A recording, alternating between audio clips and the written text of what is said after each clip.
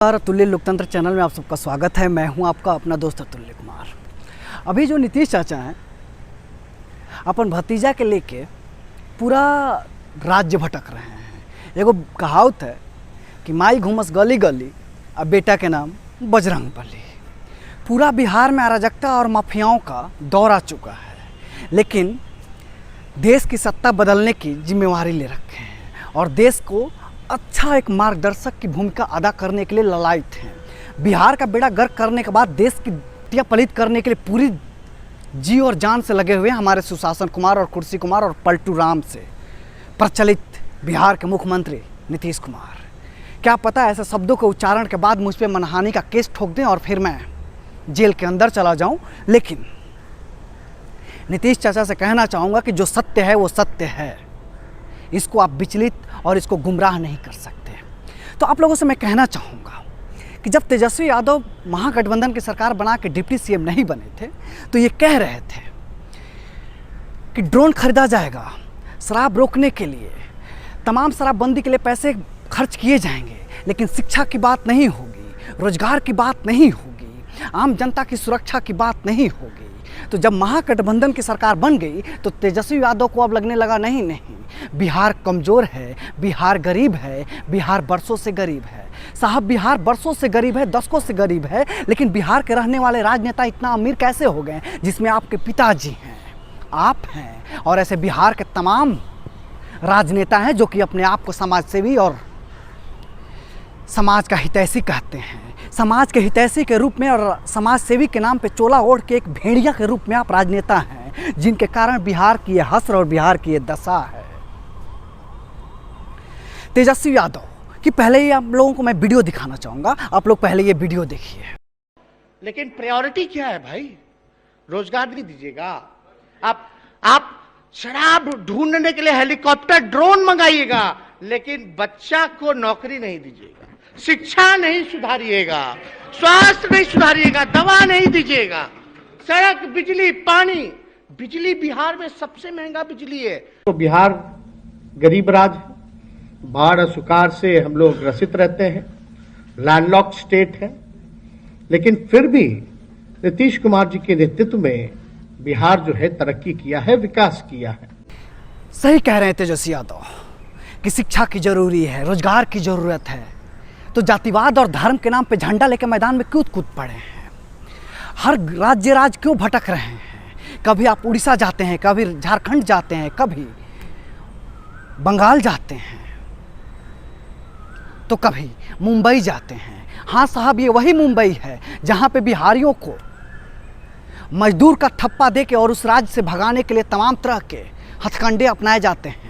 तो साहब ये सत्ता के राजनीतिक जो भेड़ियां हैं, सत्ता की हवस मिटाने के लिए किसी भी हद तक गुजर जाएंगे, किसी भी हद तक का ये कार्य करेंगे। सत्ता की भूख और सत्ता की हवस मिटाने के लिए आपके चरण की धूल भी चाटेंगे, लेकिन जब उस ताज पे पहुंच जाएंगे, उस सिंहासन पे पहुंच जाएंगे, तो सीधा इनका जवाब होगा, तू कौन बे? मैं बताना चाहता हूं ऐसे राजनेताओं और ऐसे भेड़ियाओं के लिए कि कभी पूर्वांचल को गाली गलौज करके और पूर्वांचल वासियों को गाली देके कभी महाराष्ट्र में सरकार बनती है, तो फिर कभी महाराष्ट्रियों को, मराठाओं का नाम लेके बिहार में सरकार बनती है। यानी कि जो राजनीतिक भेड़ियां हैं, यहाँ कहीं के भी आम जनता से इनका कोई लगाव नहीं है। इनका मेन उद्देश्य है सत्ता, और सत्ता में और जब ताज इनके सर पे आ जाता है तो फिर तू कौन बे, मैं नहीं तो कौन बे, यही इनका जुबान होता है। तो ऐसे भ्रष्टाचारियों से और ऐसे सत्ता भोगियों से मैं कहना चाहता हूँ, और नीतीश कुमार से भी कहना चाहता हूँ कि बीजेपी 2024 के चुनाव जीते या ना जीते इसका मुझे अंदाज़ा नहीं है, लेकिन आपकी राजनीतिक कैरियर की चिता बुझ चुकी है।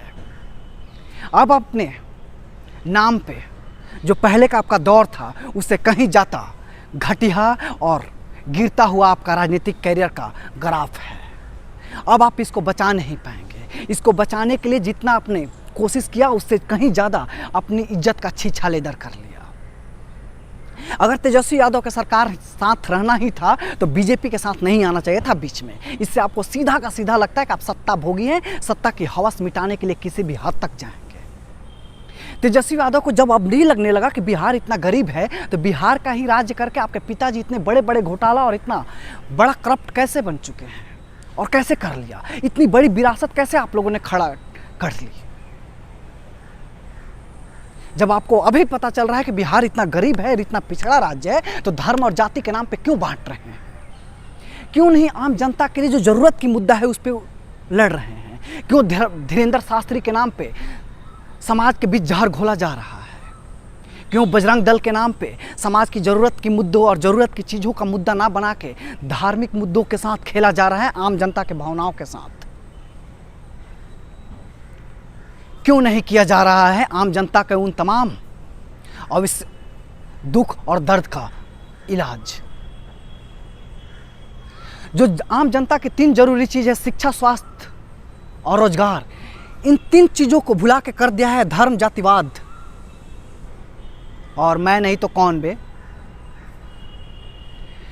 बिहार की जो सरकार है, 2020 में विधानसभा चुनाव होते हैं, उसके बाद कोरोना आता है, उसके बाद कभी सरकार गिरती है, कभी सरकार बनती है तो कभी सरकार टूटती है। 3 साल निकल गए, उसके बाद 2 साल जो बचा हुआ है, इसमें एक बार लोकसभा चुनाव की तैयारी कर रही है, उसके बाद फिर विधानसभा के चुनाव की तैयारी होगी। आम जनता का सपनों का साकार करने की तैयारी कब होगी?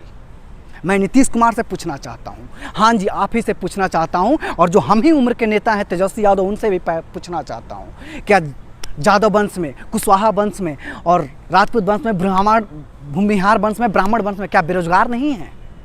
हर एक जाति, हर एक समुदाय, हर एक संप्रदाय में बेरोजगार हैं, लेकिन आपको किसी जाति, समुदाय, संप्रदाय से मतलब नहीं है। आपको मतलब है आपकी सत्ता से, और इस सत्ता की हवस मिटाने के लिए किसी भी जाति समुदाय को आप बलि का बकरा और उनके सपनों के साथ खेलने में आपको कोई हिचकिचाहट नहीं है।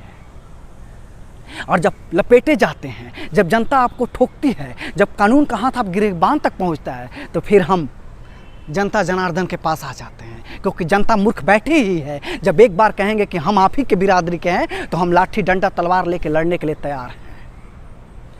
मैं आम जनता से कहना चाहूँगा, जब तक इन तमाम भेड़ियाओं को नहीं पहचानिएगा, तो ऐसे ही हमारे साथ इमोशनल कार्ड और धर्म जाति का नाम लेके ये सत्ता भोगी बने रहेंगे। और जब हम इनसे बात करेंगे अपने हक की, तो कभी कह देंगे केंद्र सरकार हमारे साथ पक्षपात कर रही है। तो थू है ऐसे राजनेताओं पर कि जब तुम्हें पता है कि मुझसे विपक्ष की सत्ता काम करने नहीं दे रही है, केंद्र सरकार मुझे सहायता नहीं कर रही है, तो क्यों सत्ता में हो गए? जो इस काम करने लायक है, जिसके पास हैसियत है, जिसके पास ताकत है, जिसके पास गुर्दा है, जिसके पास हौसला है, और जिसके पास केंद्र सरकार और विपक्षी के साथ और जो उसके काम में अड़चन लगाए उसके साथ आंख में आंख डाल के बात करने की हैसियत है, उसको सत्ता में आने दो ना। पीछे वाली सीट पे क्यों नहीं बैठते हो?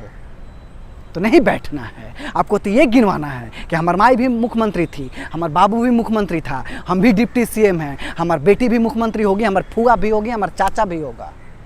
और हम क्या करेंगे बे? हम क्या करेंगे?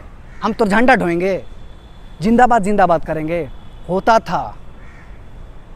अब यह झंडा में हम आग लगा के आपकी राजनीतिक कैरियर को मुखाग्नि दे देंगे। एक बिहार की आम जनता की आवाज़ है। जाति और धर्म के नाम पर लड़ाना छोड़ दिया, नहीं तो राजनीतिक कैरियर का चीता तो बुझिए दिए हैं हम लोग।